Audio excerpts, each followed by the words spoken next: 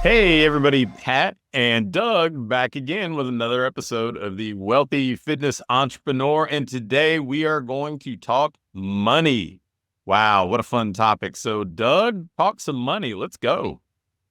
Yeah, I know it's depending upon how it's going for you, it might be a fun topic or not so fun topic. But as a gym owner, we want to make sure we're certainly having a plan for the money. And I think that's where I would start is what's our kind of money model with our business, right? What are the buckets that our money goes into? And that way, as things grow, those buckets don't change, right? Regardless of whether you're running a $20,000 a month business or $100,000 a month business, the three buckets that I'll speak about don't change. The percentages don't change, but obviously the dollar amount changes. The size of that bucket may get bigger as you grow. But those three buckets really don't change. And that really helped me once I wrapped my head around that because, as you continue to grow your business, you can grow yourself into a not so profitable business where you're just adding clients, you're growing top line, but you're also growing your expenses. And so your margin gets smaller and smaller and smaller. So I think it would be a good place to really unpack what are the three buckets that we need to put our money into as a gym owner, and that way we continue to watch our profit, our take home go up, not continue to see that squeezed. Yeah, I think that, most of us that got into this industry didn't have incredibly strong background in business or finance. And it's not just this kind of instinctual thing. It's not something anybody ever taught you in exercise science class. It's not something that's provided as part of a certifications curriculum. So yeah, unpack it bucket by bucket and let's get to it. Sure. So three buckets. Bucket number one, which is always going to be our biggest as we continue to grow, is going to be your payroll, right? So your people bucket. And a good healthy percentage is somewhere between 30 and 40% of your revenue goes towards payroll. I would personally never advise going above 40%. That may not sound like a lot, but when you factor in all the other expenses that you have and making sure you save some for yourself, we want to make sure that only 40% goes to payroll. Now, that would include any of your people related or payroll related expenses. So that's obviously going to include their pay wages, any commissions, bonuses, anything like that would be considered part of that 40%. That would also include any benefits that you provide for them. Anything that, I wouldn't necessarily include like education. I would consider that a separate expense if you're, providing staff training or continuing education. But think, what does your payroll company deduct from your account? Any of those expenses, payroll taxes, right? All of that is part of that 40%. The other, I always get asked this question, so I want to address it right off the bat, that I do like to include a manager pay for you.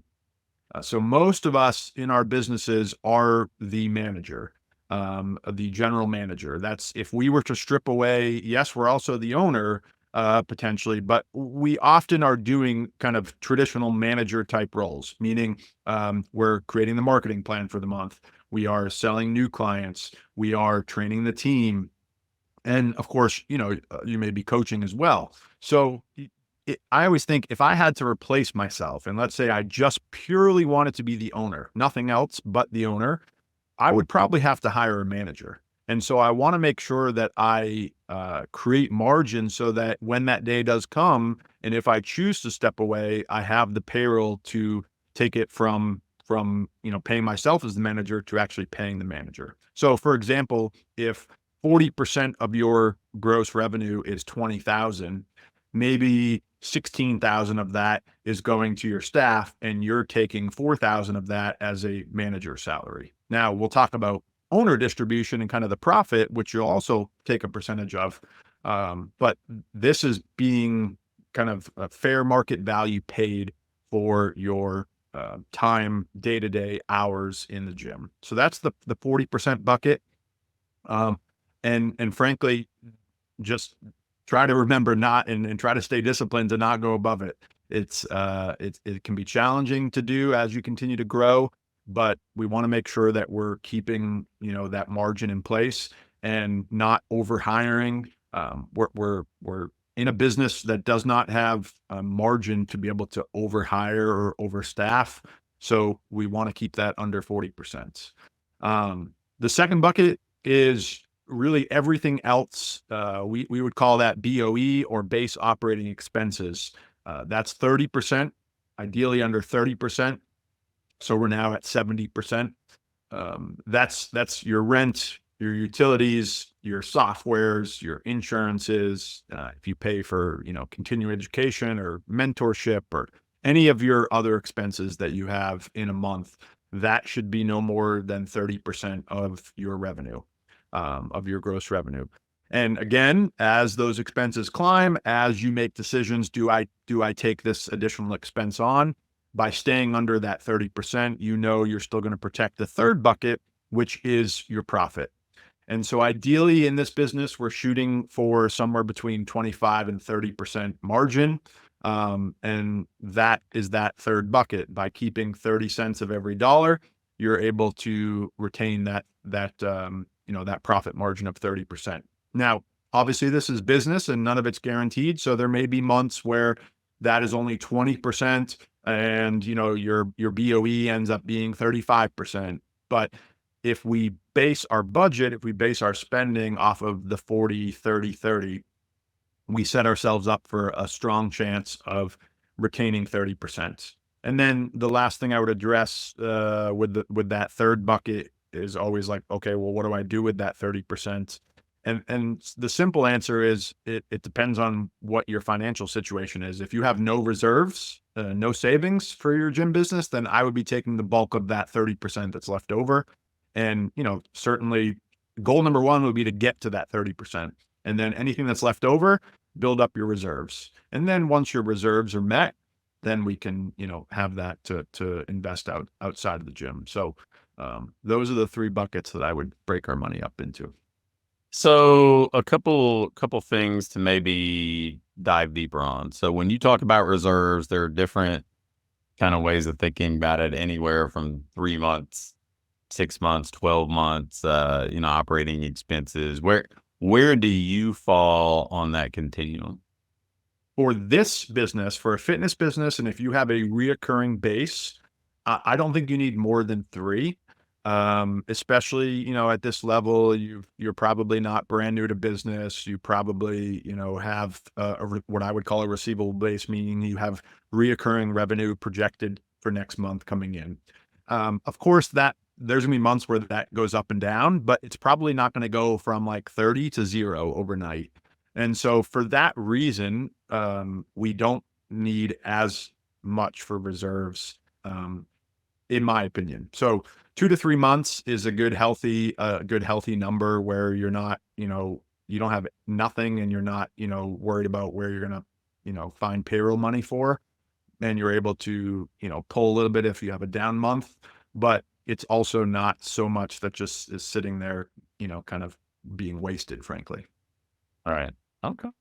Well, I mean, that's pretty simple, pretty straightforward, but often overlooked. So I think that's the beauty of something like that, is just cleaning that up and utilizing those 3 buckets can really put you in the driver's seat as a business owner. And if we talk about, I mean, this being the Wealthy Fitness Entrepreneur podcast, I mean, I don't care how much gross revenue you're bringing in. If you don't have control of your money, you're not going to build wealth.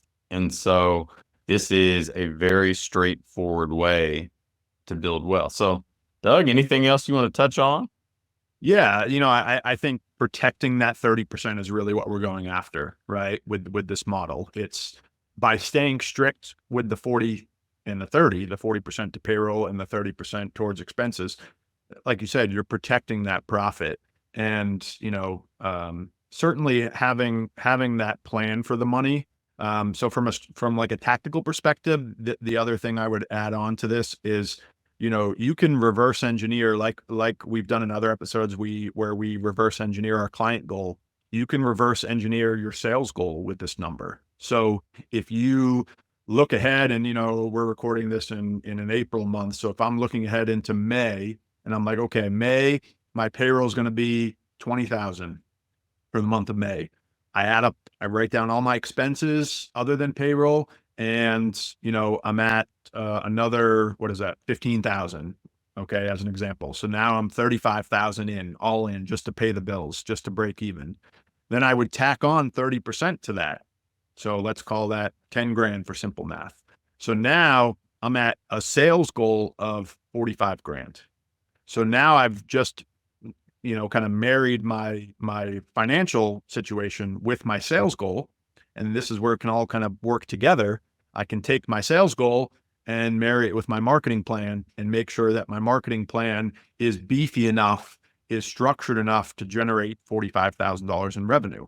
And now, obviously, hopefully, you're not having to go generate $45,000 in revenue. You would subtract out what you have projected for revenue. So maybe your base operating expenses, or your base operating reoccurring revenue is 40,000 for membership. So now it's like, okay, how do I go generate that 5 grand gap? So that's the final kind of point I would say with this stuff is it's not just a theory, it's a monthly plan that you use, right? So build out your payroll plan, build out your base operating expense plan, and then that creates your, add on your 30% margin, and that creates your sales goal for the month. Very good. Well, another episode in the books for the wealthy fitness entrepreneur, and we'll be back soon with another episode. Talk to you later.